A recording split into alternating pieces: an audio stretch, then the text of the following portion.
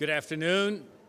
I'm Domenico Grasso, the provost of the university, and I'd like to welcome you today to the second in our Thought Leaders series this year. This event is sponsored by Delaware Will Shine, our strategic planning effort, led by Charlie Reardon and Leno Kagaki, Deputy Provost in the Provost's Office. It's also co-sponsored today by the College of Arts and Sciences Center for the Study of Diversity and the Interdisciplinary Humanities Research Center. And I want to especially thank Ann Artis, our Vice Provost, our Interim Vice Provost for Graduate and Professional Studies, for helping make this happen today.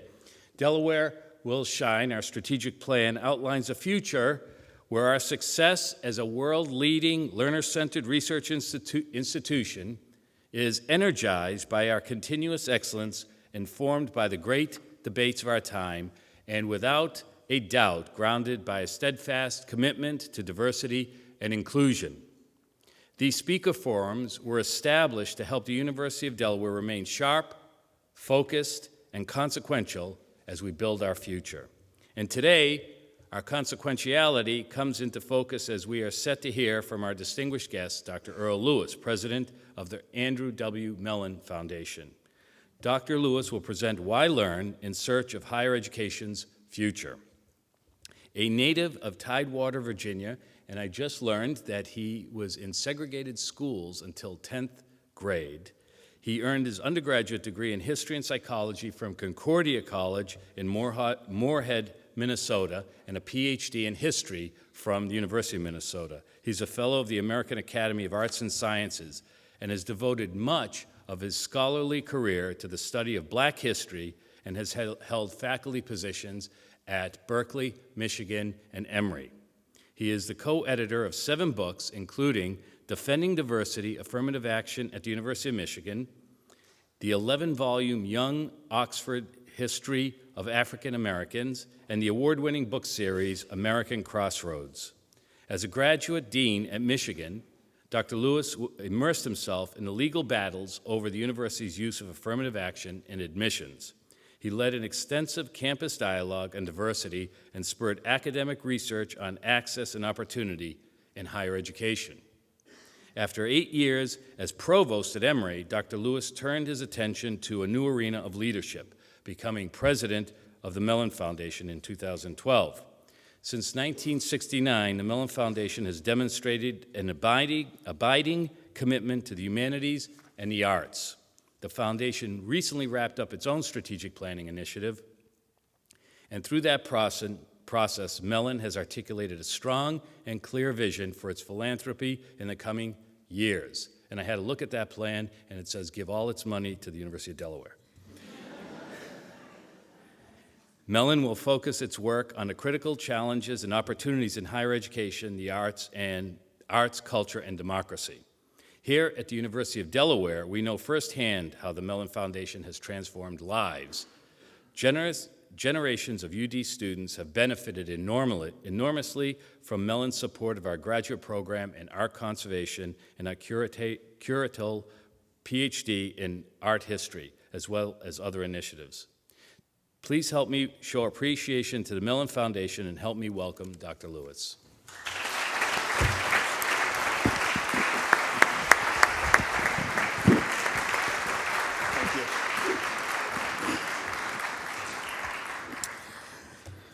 Good afternoon, everyone.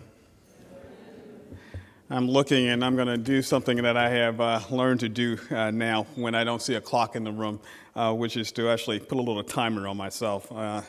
And so I will start it now, and it will give me a 5-minute warning. So that way I know to wrap up so you get a chance to ask questions. Thank you for that very generous introduction, and it is a pleasure. This is the second time we've tried this. Some of you may know that I was scheduled to come here in March, and then there's something called snow that came to the Eastern Seaboard. And as a native Virginian, I was saying that as a kid, we all prayed to the God of 2-inch snow. God, let it snow 2 inches, and I get to stay home today.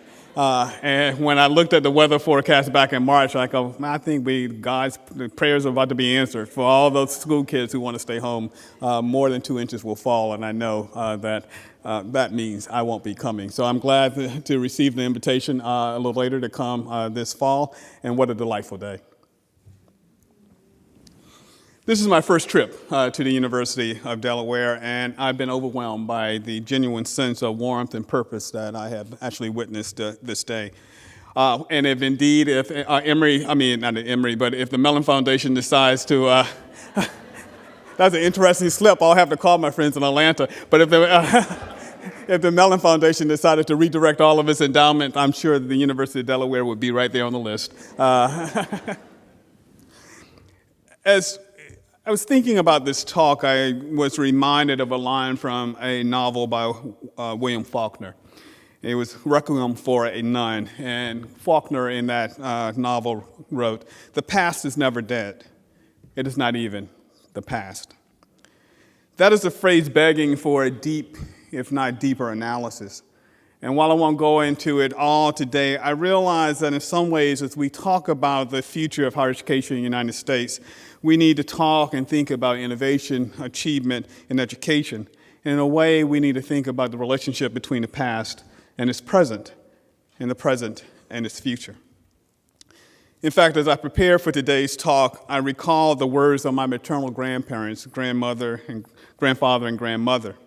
My grandmother, the daughter of enslaved people. Born at the end of the 19th century, she came of age during the early days of Jim Crow, or segregation. She would tell me that her father, though born a slave, had learned to read and write. And in the years following emancipation and before the hardening of the racial lines, had come to serve as a justice of the peace in his region of Norfolk County, Virginia. Her command of the rudiments of education had instilled in her the desire to go to college, a dream she would never personally fulfill. Twice, she saved money, hoping to enroll in St. Augustine College in Raleigh, North Carolina. And each time her father turned to her to use that money to save a brother from eviction. When her brother, Luke, ultimately lost that house during the Great Depression, she would say, "That got to me like nothing more than death." Unable to attend college, Susan Jordan married and became Susan James. And in the colloquial expression of our times, she passed her dream forward, insisting that her children and their children fulfill her ambitions. Defying all probability, she succeeded. A domestic most of her working life, Susan and her husband Clifton, who toiled as a laborer in a variety of jobs before he became a painter at a federal installation in Norfolk during and after World War II, sent each of their 3 children to college, 2 to St. Augustine, and 1 to Kentucky State. In 1940s and 50s America, this was a rarity for all American households, but especially so among African Americans. My grandfather, who was also modestly educated, but would tell me often, education, he would say, boy, was the only thing that couldn't be taken away. Schooled in the vagaries of a Jim Crow world where the accident of birth that made him black rather than white limited his options, he became more and more confident of the power of education as he aged. And this was a lesson he would share with me as a young grandson, as well as the dimes and the quarters and the dollars for good grades. And so I was incented in a way to do well, and I appreciated those dimes and quarters and dollars, as well as what the good grades themselves would reveal. I share this personal story for 2 reasons. First, I'm standing before you in large part because my maternal grandmother had a vision that linked America's future and a college education. Had she not, today's event would be occurring, but not with me, standing before you. As important, she passed this vision forward. My mother, the eldest of 3 children, championed the importance of education and its relationship to the America she imagined. So there was never a question of whether I was going to go to college. The only question was, what college would I attend? Second, College attendance during the industrial phase of American history may not have seemed an imperative to many, since post-war America brought the heyday of big labor with notable union contracts, pensions, and assurances of a comfortable living. The working middle class that is harder and harder to find in today's America. But we know that the compact that produced a truce between big business and big labor and ushered in a period of prosperity gave way when the industrial jobs started moving offshore in the 1970s, and a restructured labor market placed a premium on advanced skills. In the cities of Delaware and in much of this nation, the probability of a secure future maps onto a higher educational attainment with greater power and predictability than ever in our history, notwithstanding those who question the value of a college degree. And I note parenthetically, most of those people who question the value of a college degree, you ask them what they're going to do for their kids and their grandkids, they're sending them to college. And this is not a random experiment. I've tried it with a few. Today, I invite you to look ahead and imagine a future America and ask, why learn? Why learn? As you do, a fundamental question emerges. What role should and must education play in helping us to attain that future? Now here I want to dispense with the tide divide between education's intrinsic, helps you to become well-rounded, and instrumental, helps you to find a job, values, and instead focus on what it means to be educated. While we must continuously train people for industries that have not been invented or tools that keep changing, skill development, in my view, is not the same as education. Skill development is not the same as education. Nearly a century ago, circa 1921, the noted scientist Albert Einstein, reflecting on the value of a college education and ostensibly responding to a dismissive comment from Thomas Edison, remarked, "It is not so very important for a person to learn facts. For that, he does not really need a college. He can learn them from books. The value of an education in a liberal arts college is not the learning of many facts, but the training of the mind to think something that cannot be learned from textbooks." The training of the mind. The training of the mind. Now, at some level, Einstein's claim has as much relevancy today as it did in the second decade of the 20th century. Pundits, philanthropists, crusaders, entrepreneurs, and politicians have taken turns asking the question, is higher education worth it? The cost, the failures, the frustrations, and time. How we answer this question is as important for the next chapter of the American future as it was 4 generations ago. And if anything, the stakes may be even higher. In the time that remains, allow me to sketch 5 points of emphasis. First, American higher education, notwithstanding contemporary criticism, has a remarkable history of adaptation and change. Second, higher education studies show that higher education redounds to the benefit of both the individual and society, and the need for post-secondary training and education will only continue to grow. Third, that growth will require new habits from students and the schools they attend. Fourth, we must resist the temptation to divide the world between STEM, science, technology, engineering, and math, and the arts and humanities. The future, I imagine, will require a full complement of learning traditions and modes. And fifth, higher education must tackle today's or society's grand challenges. That is, higher education cannot be self-contained. It has to be in the world. Those are the 5 things I'm going to touch on, themes I'm going to touch on briefly, and if I've done my job well, we'll have time for you to ask me a few questions at the end. So the history of higher education in the United States starts in the 17th century, for those history students in the audience, with the founding of Harvard College, followed by William and Mary and Yale.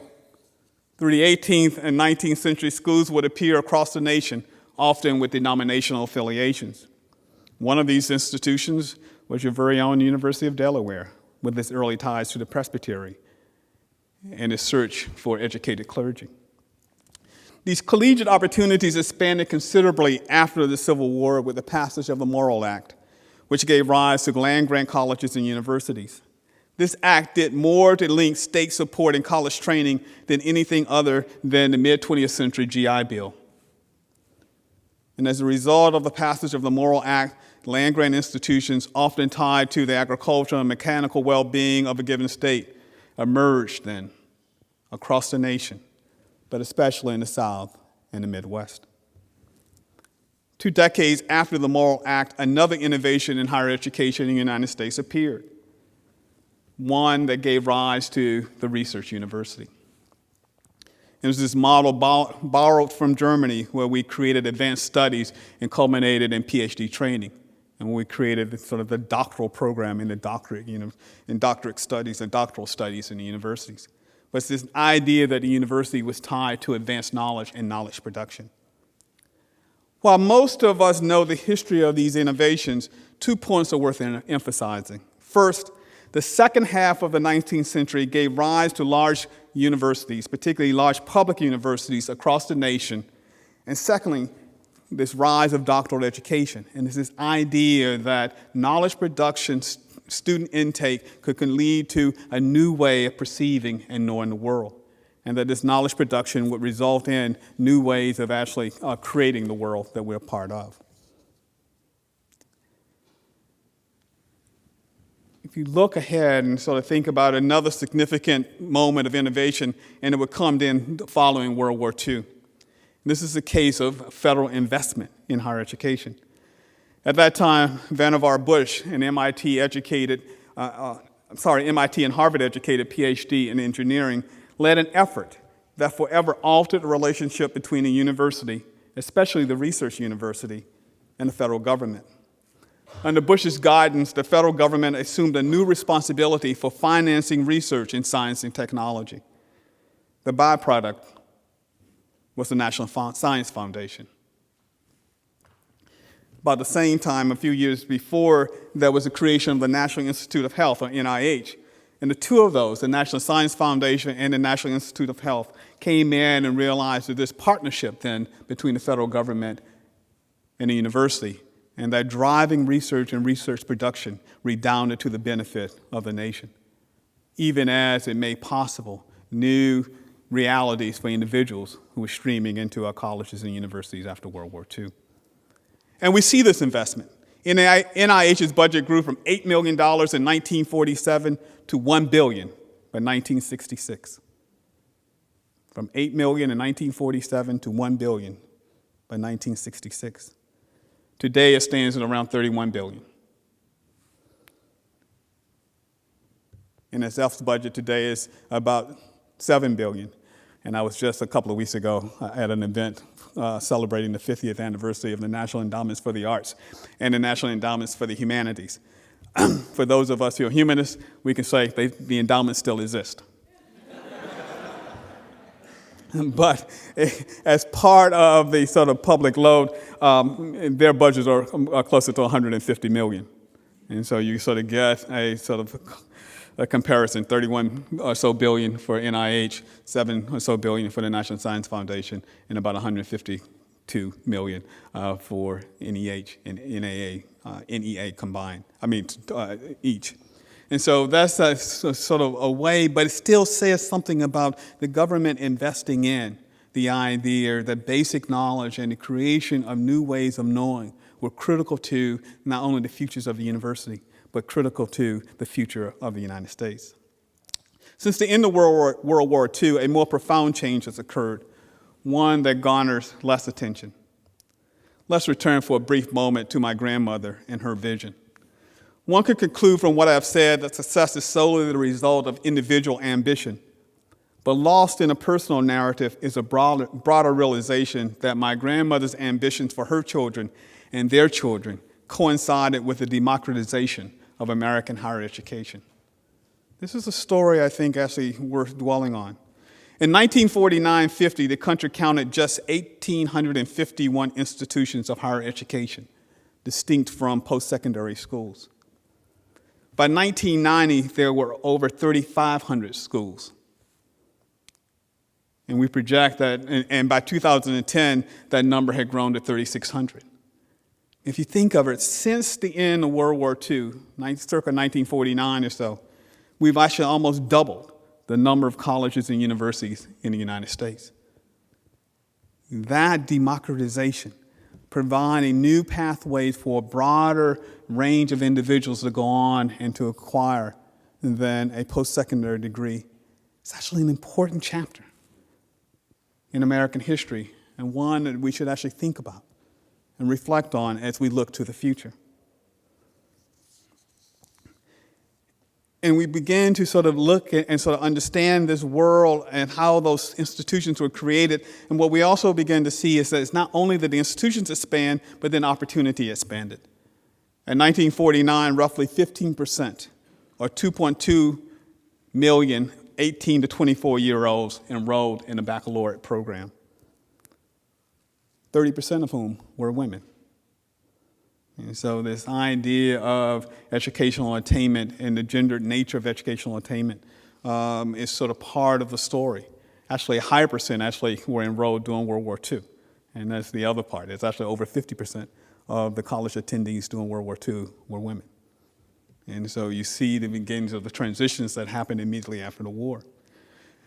So if the numbers were in 1949 were 2.2, then it's interesting to know that now nearly 14 million are enrolled in four-year programs. So think of the number of individuals who have moved from thinking about considering the possibility of post-secondary higher education and the numbers of whom have actually gone on to enroll. This is an amazing part of the success in the post-war era, that we were able to create more institutions and accommodate them. There's also the downside, and it's something we'll come to later, because admitting them is one thing, graduating them is something else. Access is part of the story, completion is the other part of the story. And the question before us, and I think the questions before you, will be what role must higher education play in ensuring that we go from an access culture to a completion culture? And how do we think about this? And what's the responsibility of the institution? Also, what's the responsibility of the student? You know, all these studies out there about students who enter, who have done quite well in their high school environment, and come into our environments and become alienated and isolated and confused. They actually don't know how to ask for help.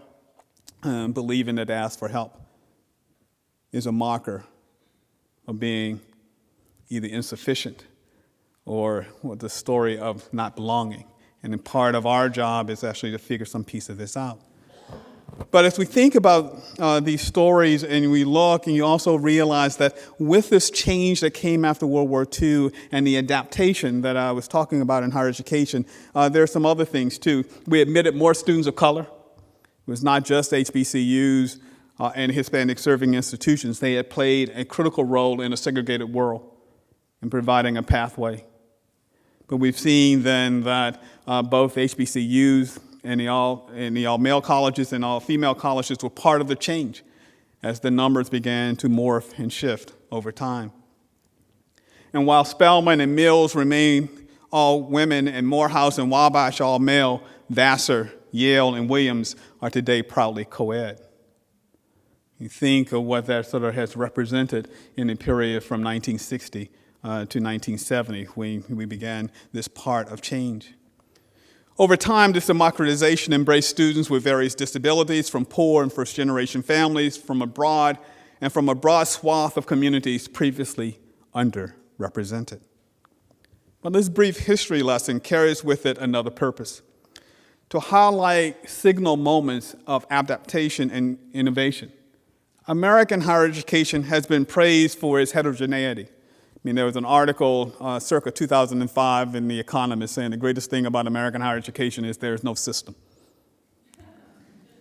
That there are 4,000 institutions that all do it their own way. I mean, to borrow a little bit from Burger King.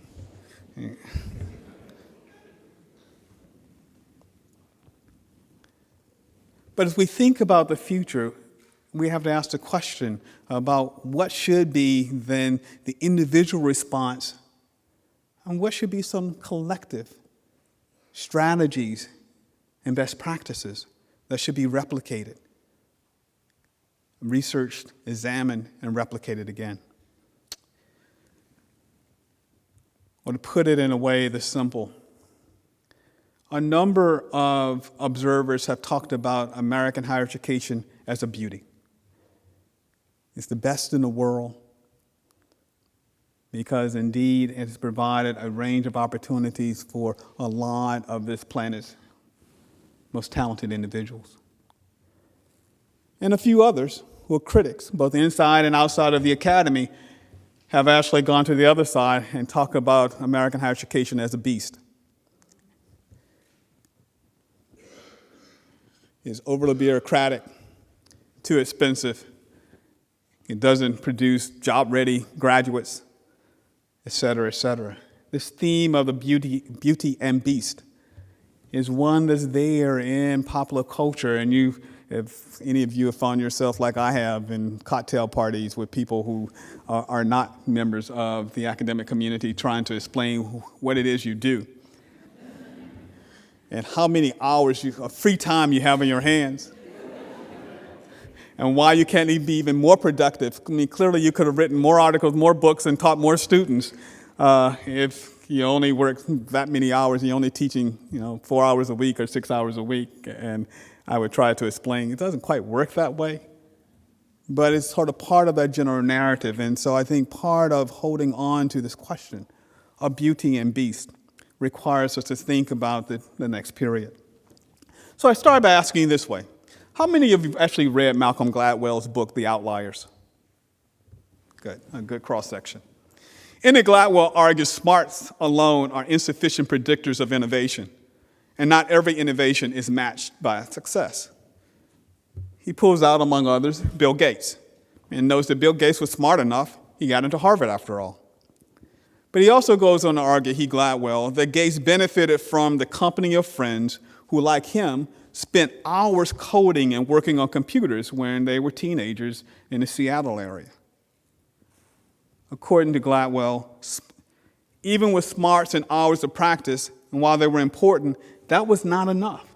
Bill Gates also happened to be born the same year I was born, in 1955, and so he came of age when there was technological change that allowed him to make use of those hours of practice and the good company he was keeping.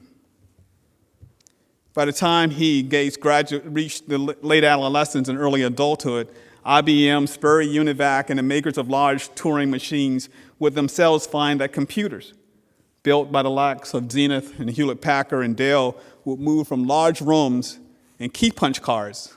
I have my whole set of key punch cards to the desktops. This innovation opened the door for an operating system, and hence is born Microsoft.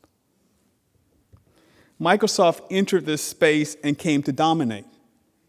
But if you believe Gladwell's interpretation, it was the fact that there was change in one zone that was matched by experience and a community of like-minded people who had similar experience that created an opportunity for the group of folks who founded Microsoft and would move it from Arizona and on to Washington State.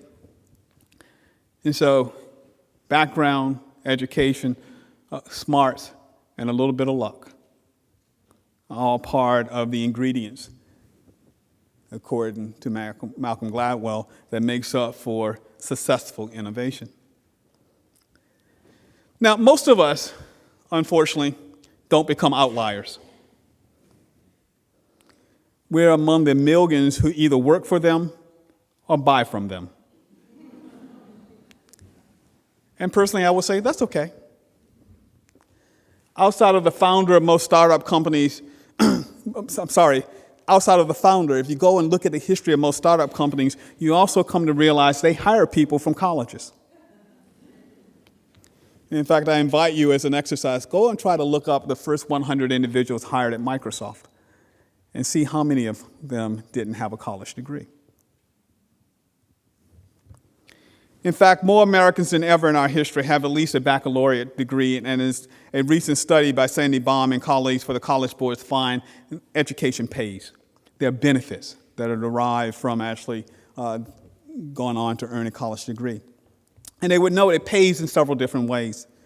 Individuals with higher levels of education earn more and are more likely than ever to be employed, and hence then contributing to and not being, quote unquote, a burden on society. Two, the financial return associated with college credentials and the gaps in earnings by educational level has actually increased over time. And so if you look at the work coming out of Georgetown and their Center on Education and Employment by Tony Conivelli and his colleagues, and they map this for a variety of degrees over time. Third, federal, state, and local governments enjoy increased tax returns from college graduates and spend less on income support for them, hint, related to the first point. Fourth, college-educated adults are more likely than others to receive health insurance and pension benefits from their employers. Fifth, adults with higher levels of education are more active citizens than others, as measured by voting and volunteering. And so if the idea that education also is crucial to a healthy democracy, one measure of this is then looking at who participates in civic activity. And then there's all the studies that talk about college education leading to healthier lifestyles, reducing healthcare costs, and then up until recently, at the very least, there was a clear evidence that college education also increased the chance of climbing up the socioeconomic ladder. And I say that in part because it's a parenthetical note, talk about the inequality gulf that has actually grown more significantly in the last decade and a half than we've seen in recent centuries.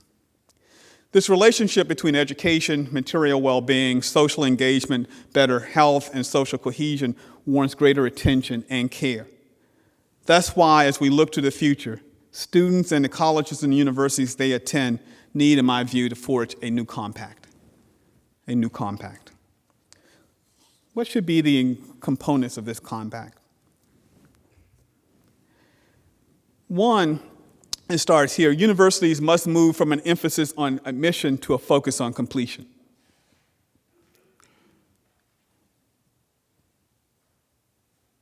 From admission to completion. I can still remember in the early 1970s, and this is not apocryphal for those who are still students here, I did have a person walk into a lecture room and say, look to your right and to your left.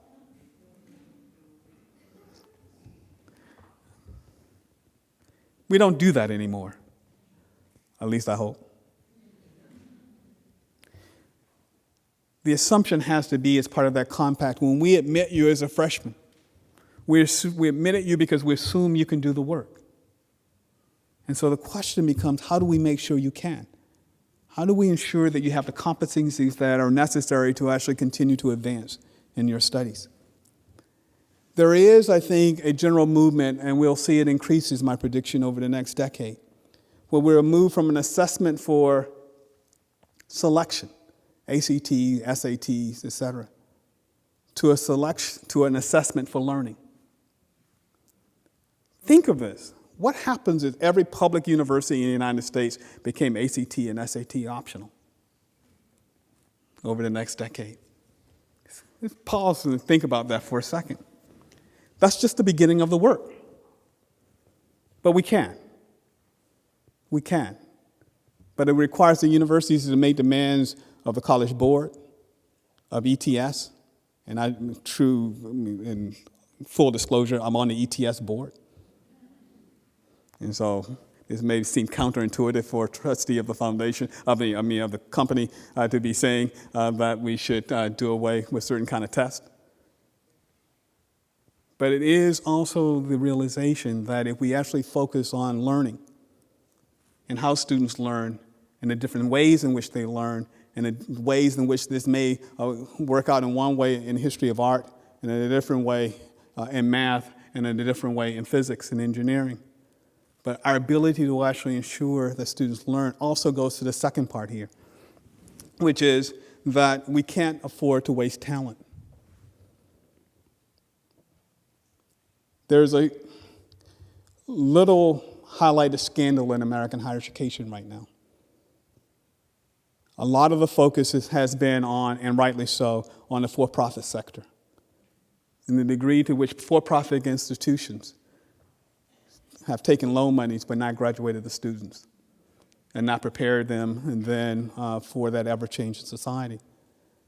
But if we look at the range of institutions in the United States, and we grid them by 2-year institutions and 4-year institutions, state and public, private, and we look at the range from a 20% graduation rate to a 96% graduation rate, and ask, what happens to all of that human talent? If we go to PhD educational training in the United States and realize that as a country, we have allowed ourselves for almost 5 decades to be comfortable with the fact that half of the students who enter PhD programs don't finish. And the question has to be, can't we do better? Aren't there ways to actually think anew about how students learn? Aren't there new ways of devising assessment tools and methods? Because the future will require us to actually make use of all of that talent. One of the great things coming out of MOOCs, I'm not enamored with MOOCs for MOOC's sake, but they've been running some interesting experiments in different fields on how students learn and when they can actually intervene and how they intervene and what's the feedback loop both to the faculty member and to the student. And in most successful experiments, they've actually been able to increase competency, increase retention, increase success, however you want to label it, and see students graduate from a given course. Those are the experiments, I think, that will be required more and more as we move to the future. This is going to require something else, though. As I travel around the country, and this is part of the university's responsibility, as I travel around the country, there is hardly a graduate school, let alone graduate program in the United States, that among the things it teaches its graduate students is the science of learning. Think of that for a moment. What would happen in graduate education if, in addition to a deep knowledge of one's field, one also is making use of the new research in cognitive science and the new tools then in educational learning? And that as part of graduating, students would be exposed not only to the best thinkers in their field, but to the best ways of thinking about pedagogical design and how this works in different learning environments.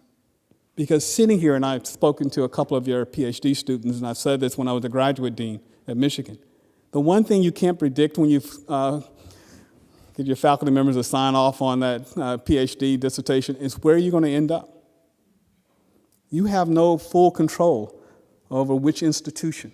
Will it look like the one that produced you? Will it look like your undergraduate alma mater? Will it be a 2-year institution? You have no control over that.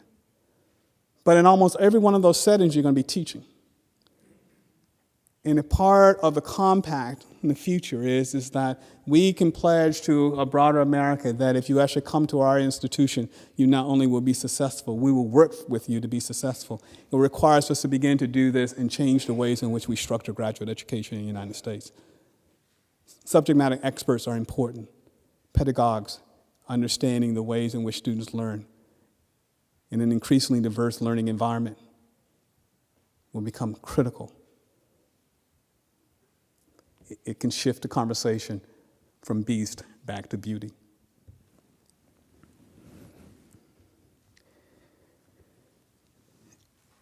Which leads me to the next point. Part of this will require us also to imagine this future when we know the demographic transition is already in motion. Bill Fry, the demographer at the Brookings Institution, has a new book out called Diversity Explosion. And Bill has been able to predict what this will look like. And what you'll see around the country is this fascinating coastal effect. Atlantic, Pacific, Gulf Coast, with huge demographic transitions. And where for the first time in the history of the United States, other than South Carolina during the colonial period,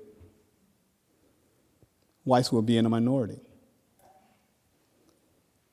Now, this is not true everywhere. I visit North Dakota several times a year.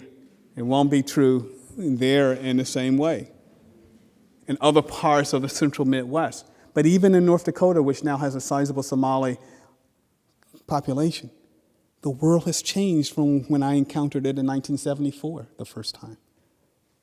How do we begin to think then about the university not just accommodating this diverse America, but changing in anticipation of this increasingly diverse America?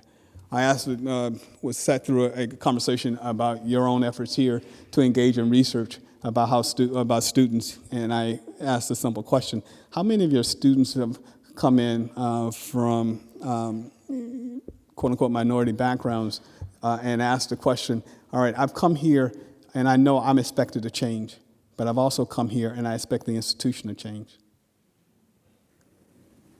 I think for some of those who know my biography, I'm a regent of a small liberal arts college in Minnesota now, and the irony is, in 1976, I was also part of a student demonstration that went out on strike as we were asking that question 40-some years ago. We came here knowing we would have to change. We also want the institution to change. I think that question will be put before universities in greater numbers, with greater frequency, and perhaps even more compelling claims in the next 10 to 15 to 20 years. Universities have to anticipate that question and have reasonable answers. Otherwise, we'll fail to do what's necessary, which is educate a broader and more diverse swath of Americans so that we can continue to have the vibrant and thriving democracy that we all seek. But it also will require students to change. And so, to the students, it's not that only the university must change, you have to change too. You have to be willing to think about what you don't know and ask questions. You have to actually hold the institution accountable. You will have to make sure that you do your part. As a faculty member, and Gabrielle among others know, I have a little treasure trove of stories I encountered through my years in the academy. The stories the students would tell me, the one time when they actually brought props into class because they were not prepared to take an exam. And they showed up with their suitcases, and all of a sudden they missed a train from LA to Berkeley. And I remember smiling, and I looked, and they said, "Why are you smiling?" I said, "I've never had students bring props as an excuse." And I concluded that an extra day probably wouldn't make a hell of a lot of difference in that particular instance, and that proved to be true. But that's unacceptable too. Failing to prepare is to waste your time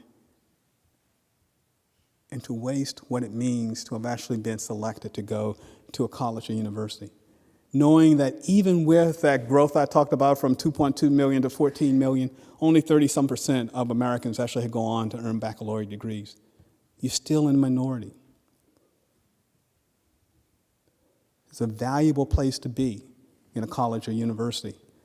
That means you have to figure out the tools, but it's not your own individual tools. Most of the most successful studies show that success in these environments turn on your ability to collaborate, creating communities of knowledge that pass on information and knowledge within group.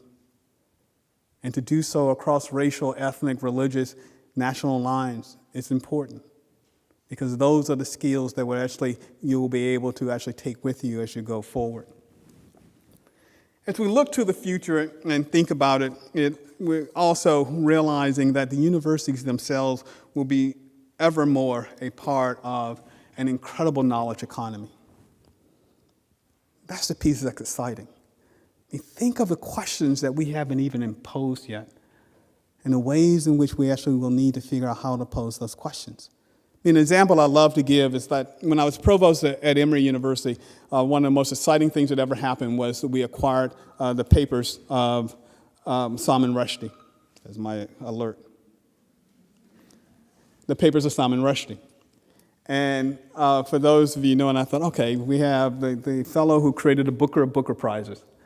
But we not only acquired his papers, we acquired his computers. And I thought, you know what? there's going to be an extraordinary research team that's going to come to Emory and ask, can we actually map the creative genius of a 20th century writer?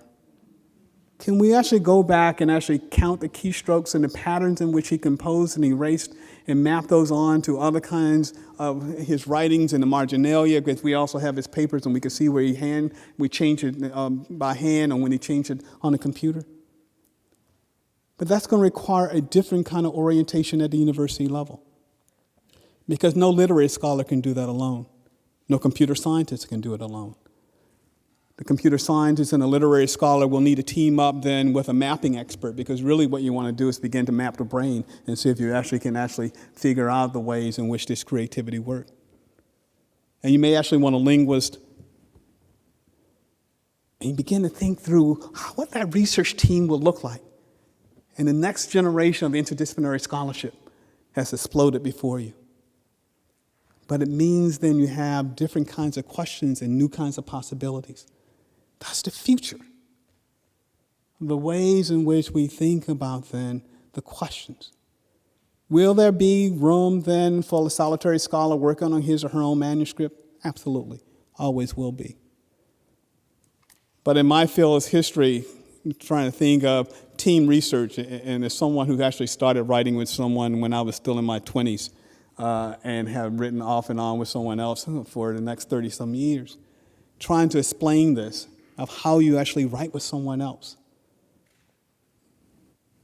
Going back to our graduate training, that requires a different orientation even in the formative years. But it also requires us to think anew about how we organize the academy. We think one of the greatest farces in my life was when I was a graduate dean and I was signing off on a PhD in economics. And I realized I signed off on all these individual PhDs. And they weren't individual PhDs. There's 3 people who have been working on the same project. The next day, they actually submitted an article that combined all 3. And I said, so why are we doing this? Can't we actually sign off on a joint PhD which more closely replicates what's going on?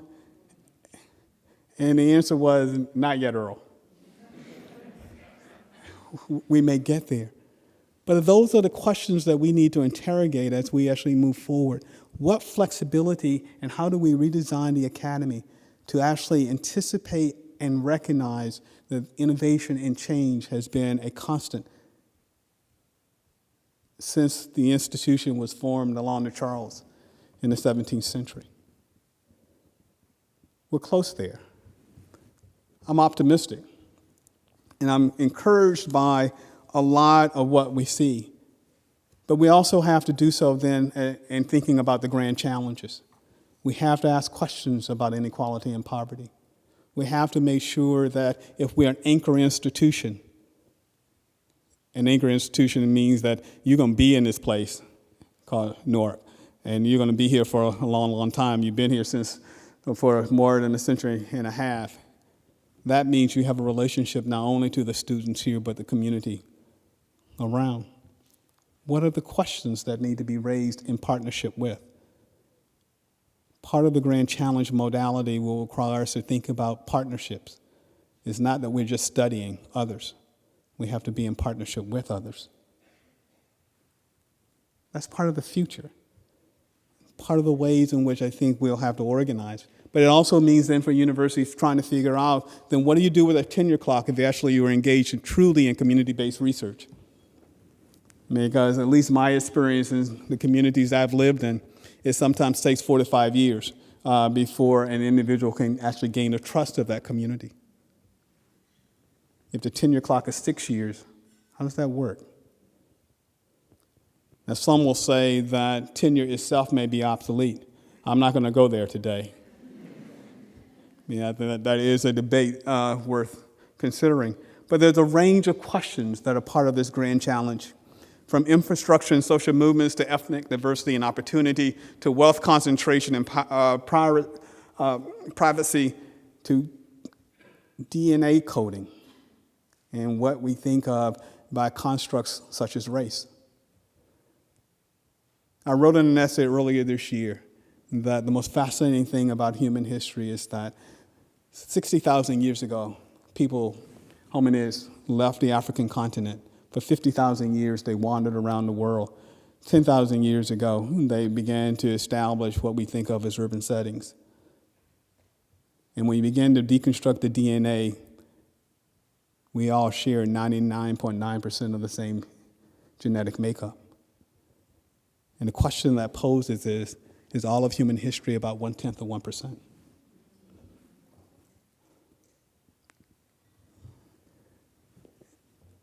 Considering that possibility, science in the intersection with the humanities will raise new and profound questions for us. How we accept those challenges. And there's an exhaustive list here, and I won't go through it all. I'll end on one that actually is close to my heart. I was born and raised in Norfolk, Virginia, perhaps one of two cities in the United States that's falling into the ocean. Climate change is real there as we go, and it's predicted that it could actually go under the water. So climate change, artistic expression, cultural interpretation. We come to the end, and I'm reminded then that as we look to the future, it's a bright future. It's a promising future, but it's one also with considerable amount of work.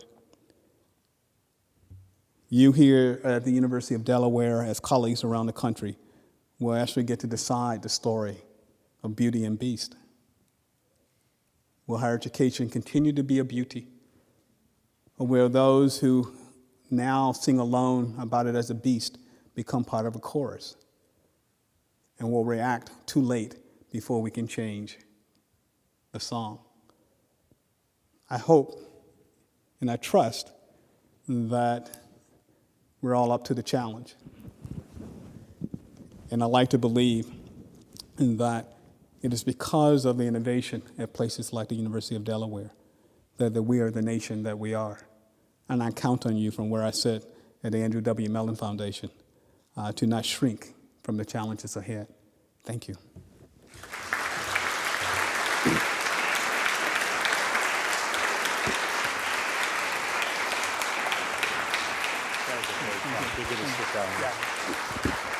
So for the next part of the program, we're going to invite a professional up here, Lindsay Hoffman, who is the Associate Director for the Center of Political Communication here at the University of Delaware in the College of Arts and Sciences, which is also known as the epicenter of politics. Is that correct? And she also moderates the National Agenda Lecture and Film Series, whose theme this year is Race in America. So I'll turn it over to Lindsay and Dr. Lewis, and they will guide an engaged conversation. Thank you, Provost. Well, since I have the privilege of being up here on a stage with a microphone, I'm going to ask my own question first before I open it up to the audience for questions. So I'm in communication, and we do a lot of these recruitment events where students and parents will come and ask us what the major is like. And the question after what are the requirements is what kind of job am I going to get? How do we, as professors, sort of impart on parents and students who are coming into the college environment that there's some more value than just the skills, the job? I've been answering this question in one way or another for close to 40 years, it seems. And I can remember, I used to teach in African American studies. I mean, so communication, I have folks who come in the late 70s and early 80s who would say, what are you going to do with African American studies? And I said, what do you want to do? And I said, well, I can think of at least one astronaut, and I would sort of go down the list of individuals, and then they would pause, right? And it's like, an astronaut? And I say, yeah. And so part of what I typically say now to parents is this, that if you imagine that the typical individual, it is anticipated, will not only change jobs 6 or 7 times in their lifetime, but may change careers up to 8 times in a lifetime.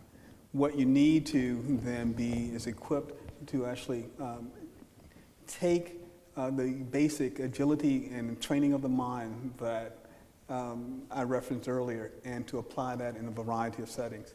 What I believe is the value of higher education at this point in time is being able to actually teach you 3 very important things.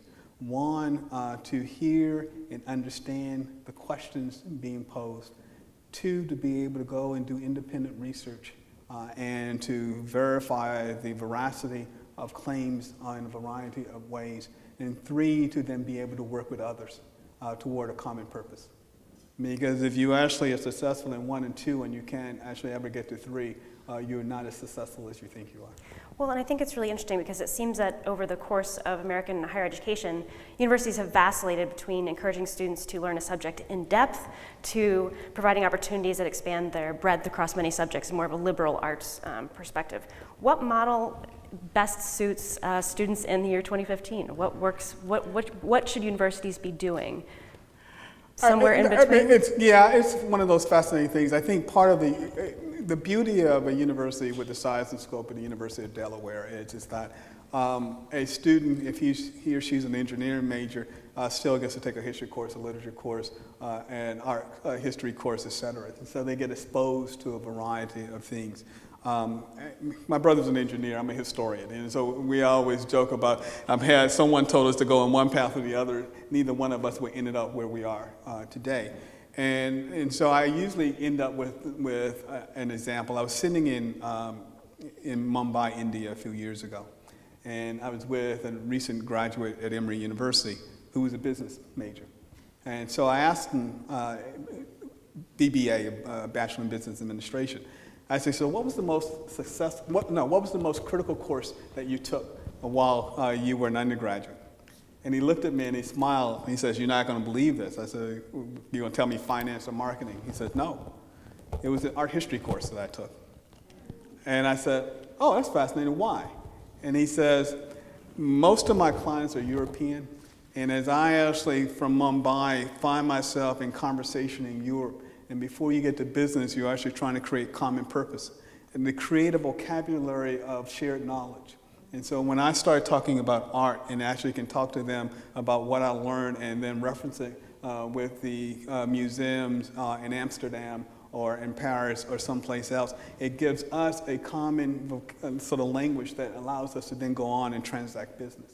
He says, so for me to understand the importance of actually being broadly educated, even though well-trained in one area, it is that H factor, depth or I factor, in some ways, sort of broad training in certain areas, depth in one particular area. That was the value of my college degree.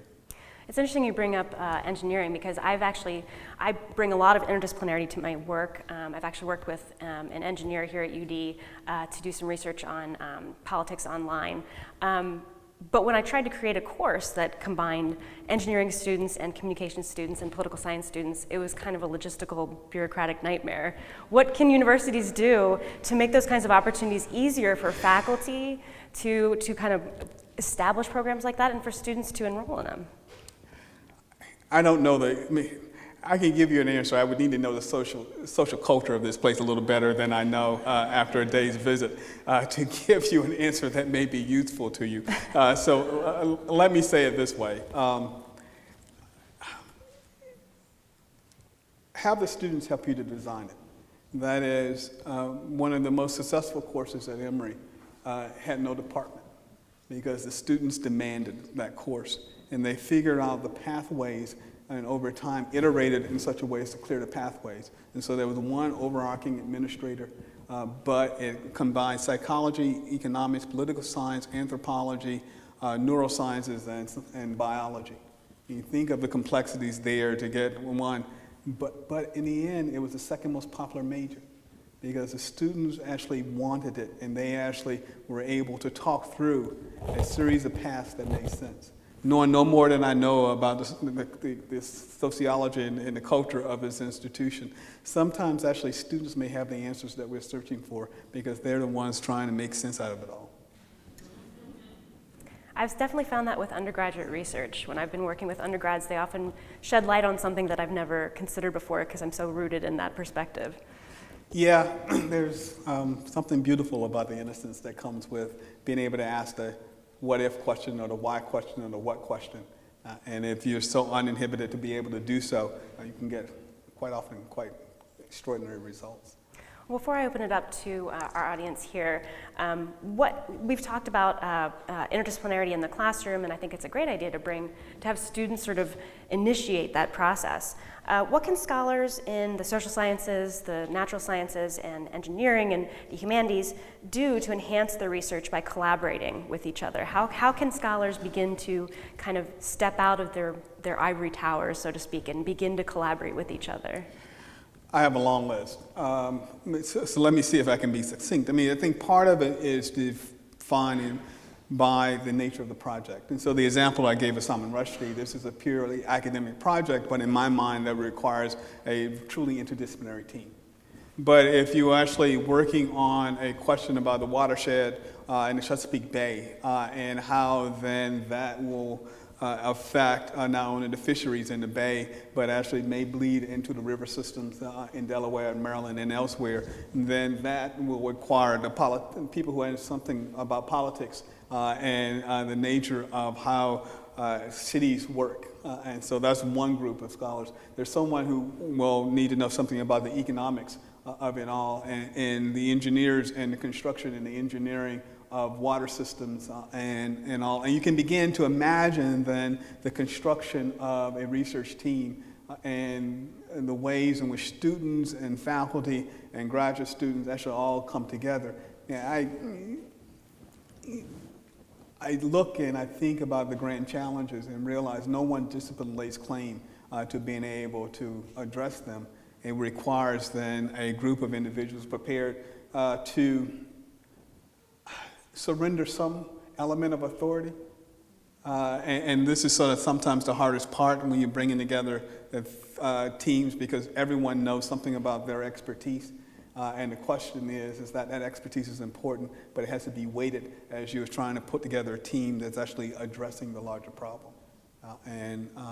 I dare say that as I'm taking the train back up to New York tonight, and I'm reminded of the infrastructure problems, and sit in New York and realize every time I go through that tunnel that takes me from New York to Washington, and they keep telling me how it's crumbling. And you always hope you're not on that train when something disastrous happens. And you sit there at one point going, but we have some of the smartest people in the country, in the world. We have an extraordinary amount of capital. Why can't we actually, and we can identify the problem, why is it we can't actually come together and figure out a solution? And it's interesting, and I'll end with one little story. I was on a plane flying from Fargo, North Dakota into Minneapolis a few years ago, and I sat next to this guy, and he asked me what I did, and I said I was the president of the Andrew W. Mellon Foundation. And then he said, go with Carnegie Mellon, and I used to have to explain that, no, we're not Carnegie Mellon University. This is separate, but there is a related history there. And as we're going through, he says, and he looked at me, and it was just fascinating. He says, I bet we won't agree on anything politically. And I said to him, okay, I'm up for the challenge. We got 45 minutes. Let's see where we go. And so I said, so tell me about what you do. And he told me about his business. And I said, well, how many trucks do you have? And he told me about his fleet.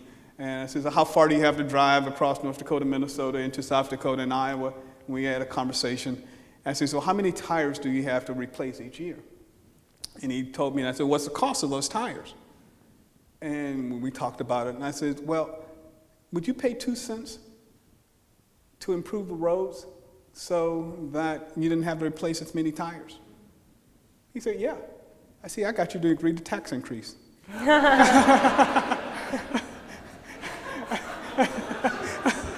And I said, along that way, I realized, I said, part of it is that we could find common purpose. And we could imagine that if we actually could diagnose the problem, and you could be, in this case, in our mutual interest to gain benefit, that perhaps we could actually come up with a solution. We shook hands as we got off the plane, and we both recognized that we had learned something from one another in that 45 minutes. So some of this is about ego, sort of letting go of that ego. How do we train our graduate students to not only come out with good pedagogical skills and good collaboration skills, but how to shed some of that ego in light of the need to collaborate? Yeah, that's the funny piece about, I don't know how many graduate students here will say that their ego is quite intact. I mean, I think part of the nature of graduate education is that there is, I won't call it hazing, but there's a period of development where you're stripped of ego before you actually rediscover ego in a way. Yeah. This may come with tenure. I just got tenure a couple years ago. No, I mean, I think, in all seriousness, the challenge, I think, here is, in my view, it's less about ego, is more about asking, what does it mean to collaborate? And how one sets up a collaboration so that it's a win-win proposition. And that everyone feels that he or she is sort of part of the project and what's produced. For some people, it will be ego. I mean, and we all are constructed differently. The real question, I think, as we look to the future is this. Can we afford to lose any of the talent that we have?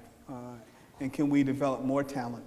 And we will need to develop, in my view, a broader swath of talent, given the nature of the challenges before us.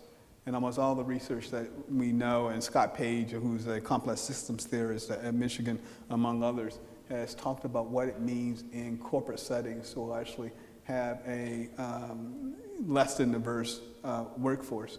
And almost all the studies talk about increased productivity. And so part of bringing people together is not only about what they add, but what they add collectively. And it's that story, I think, is the story based on the scholarship that's there that hopefully will guide us. I mean, I met a few of the graduate students this morning, and only a small sample. They have experienced graduate education, which is in itself can be quite humbling. Absolutely. Well, I believe there are wireless mics, is that correct? Okay, great, fantastic. I've got lots more questions, but I'm sure that many in the audience do as well. So let's open it up to the audience.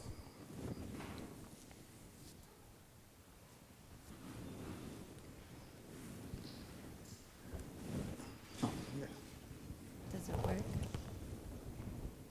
Okay. Can you hear me? I can, yes. Okay. What is the root problem with the current system that making a new compact will address? The root problem, I would say, is maybe threefold. So it's not it's singular, but it's plural. One is that I don't believe that we have the best mechanisms in place right now to identify talent and to develop that talent. And so if you think of what college really is, in my view, in pretty crass terms, is talent development.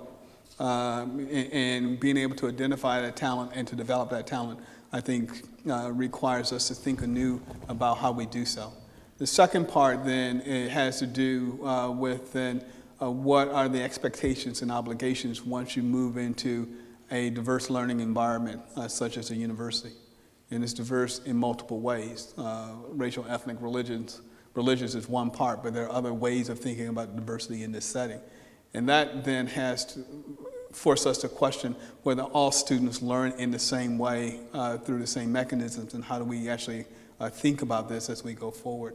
And I would say the last of the problems has to do with our own expectations for who actually can be college educated and who should be college educated, and the degree to which college and higher education is a critical part of our future.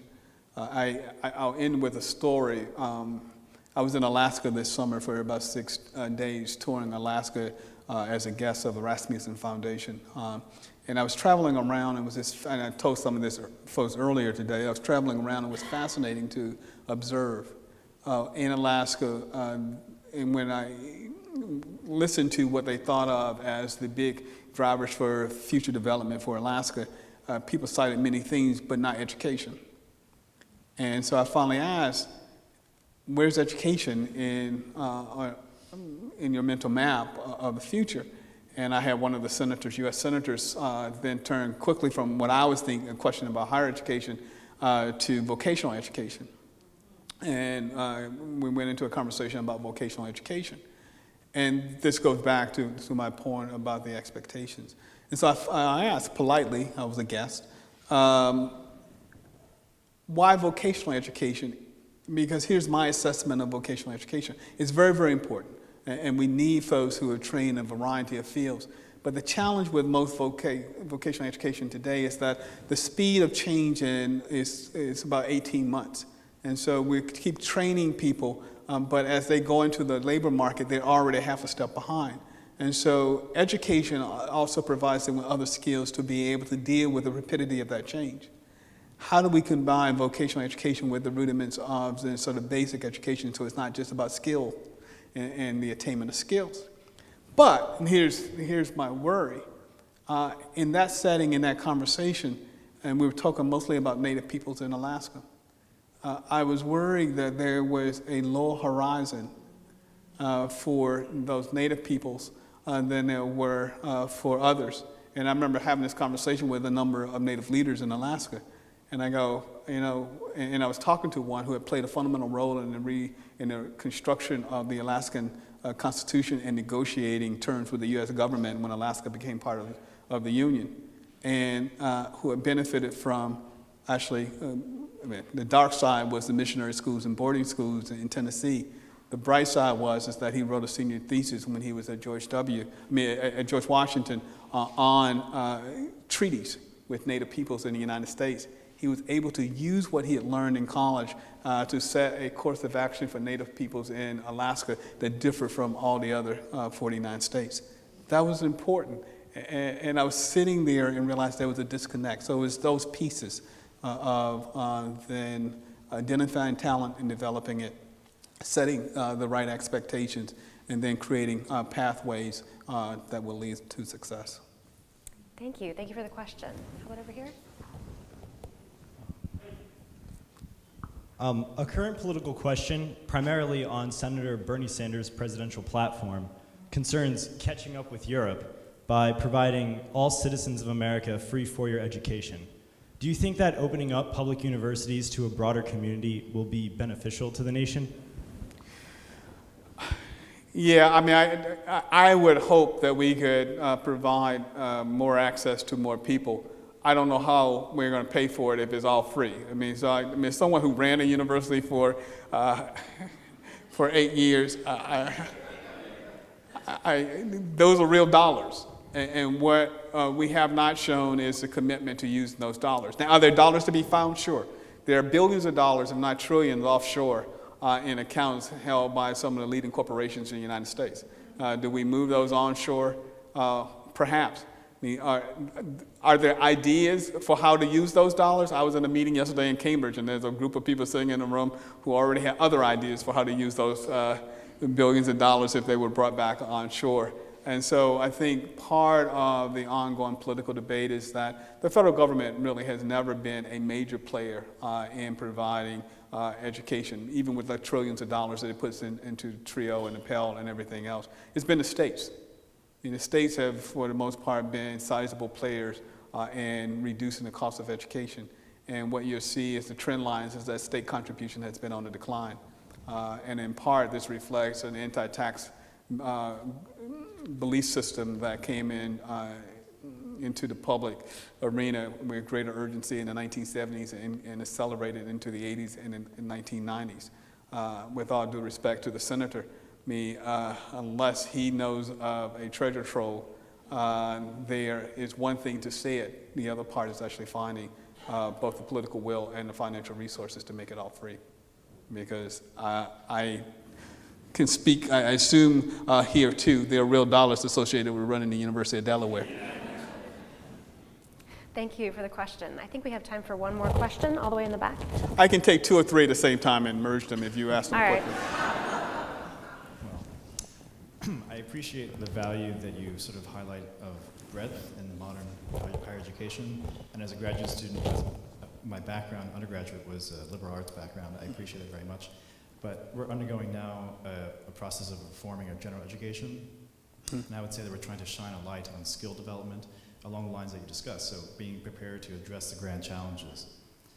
And so now I think that one thing that comes to mind is sort of a delicate balance between trying to maintain breadth of education as well as addressing skill development, not for job preparation or vocational training, but in terms of being prepared to address sort of flexible and mutable challenges in the future. So I guess talking about the future, what is your perspective on the future direction of higher education when it comes to balancing sort of breadth and breadth for breadth's sake and a range of skills required to address the challenges of the future? Thank you.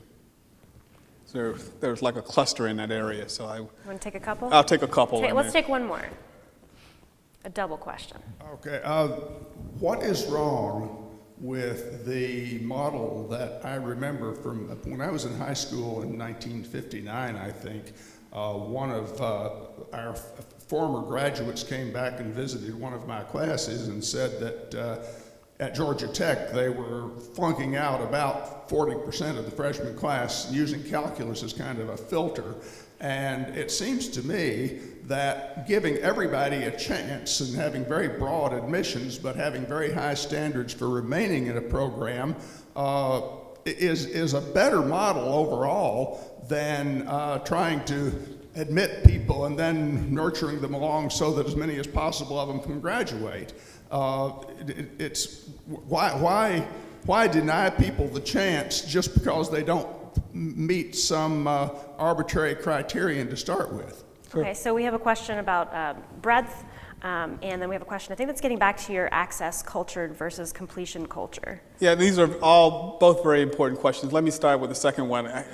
I lived in Atlanta, as you know, for about 8.5 years, and I spent some time with some of those graduates of Georgia Tech who, as their words, not mine, went through the hazing of that calculus class. And so their memories, at least in front of an alumni group, was less than solitary when you sort of think about what you hope education should be about. So this is what I would say.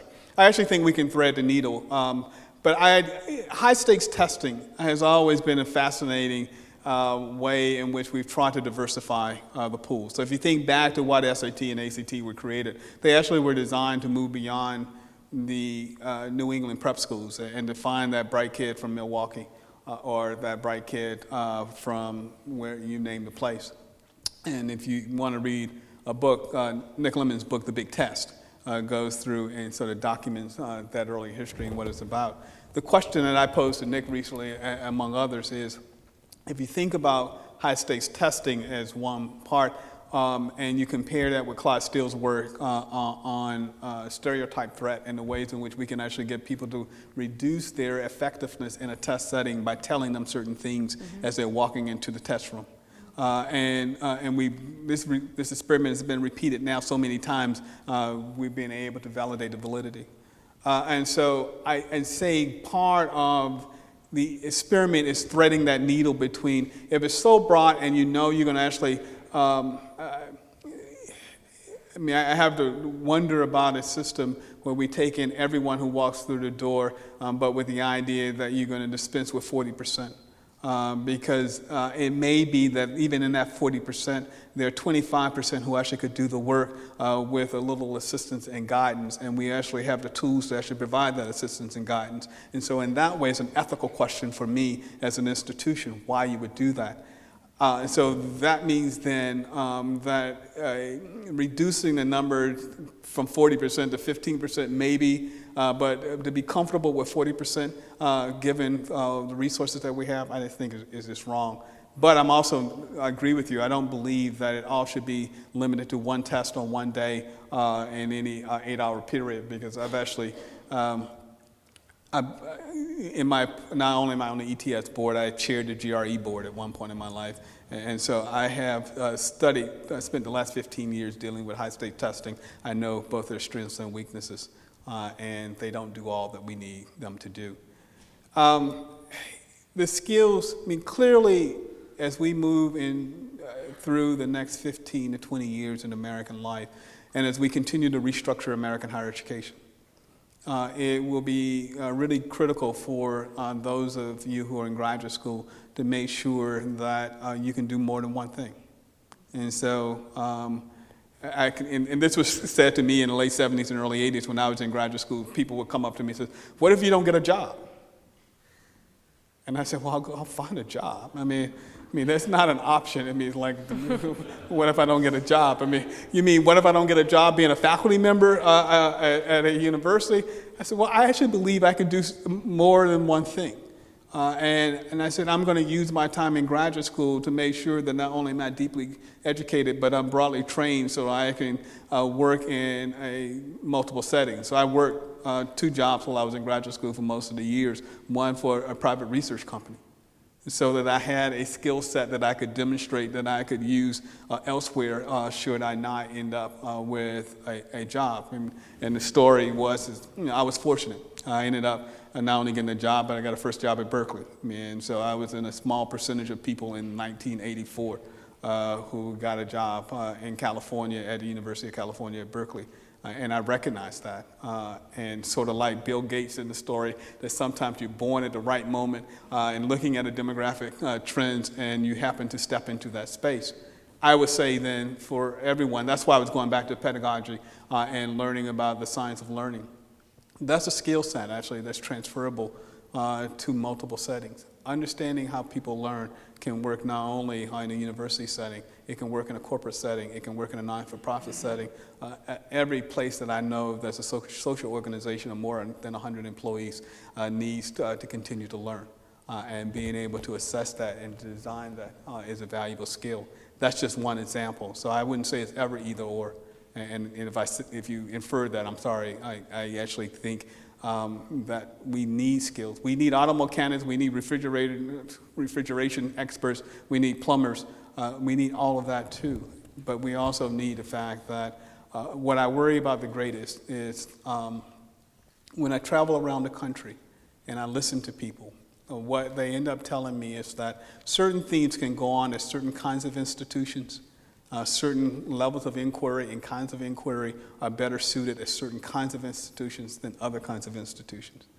And what I worry about is then a greater stratification in the American higher education system that actually will lead to a greater inequality gap in the United States. That's something that I worry about, and I get to be the president of the Mellon Foundation for as long as my board will allow me to be, and so I get to raise these questions. Thank you. Thank you very much. Thank you.